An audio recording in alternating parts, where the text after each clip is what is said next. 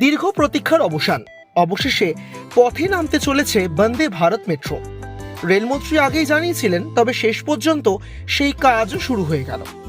এবার trial run হয়ে গেল চেন্নাইতে। আর চেন্নাইতে ভিল্লাবাক্কাম স্টেশন থেকে একটি ট্রেনের ট্রায়াল রান হতে দেখা গেল এদিন। নতুন মেট্রো দেখতে স্টেশনের রীতিমতন ভিড় করেছিলেন রেলপ্রেমীরা, ক্যামেরা হাতে ছবিও তুলেছেন।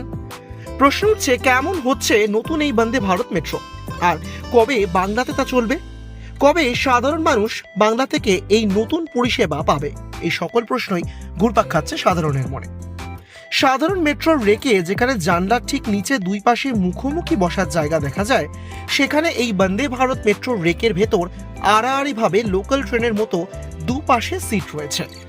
দুই পাশে বসতে পারবেন দুজন করে, রয়েছে দাঁড়ানোর জায়গা।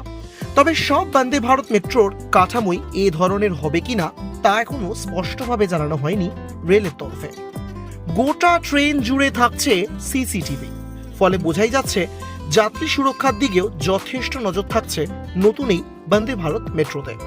থাকছে মোট 12টি কামরা, অর্থাৎ পশ্চিমবঙ্গের লোকাল ট্রেনগুলিতে ঠিক যতগুলি কামরা থাকে ততগুলি কামরাই থাকছে নতুন এই মেট্রোতে।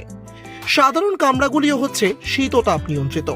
আর এখানে শেষ নয়, চেন্নাইতে যখন এই ট্রায়াল রান শেষ হয়ে গিয়েছে তখন এই প্রশ্ন ঘুরপাক খাচ্ছে যে বাংলায় কবে। জানা গিয়েছে নির্দিষ্ট কোন রুটে বাংলায় এই ট্রেন চলবে তা এখনো পরীক্ষা নিরীক্ষার স্তরে, অর্থাৎ আলোচনা চলছে। দেশের বড় বড় শহরগুলির মধ্যে সংযোগ স্থাপন বড় বড় ভূমিকা রাখবে এই মেট্রো। 100 কিলোমিটার দূরত্বের মধ্যে চলাচল করবে মেট্রোটি।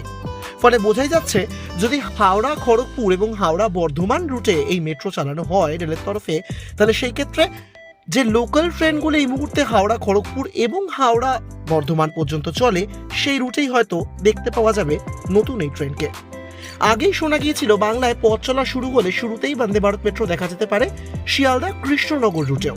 আর এখন দেখতে হবে অবশেষে রেলের তরফে ঠিক কোন রুটে এই নতুন ট্রেন চালানো হয়।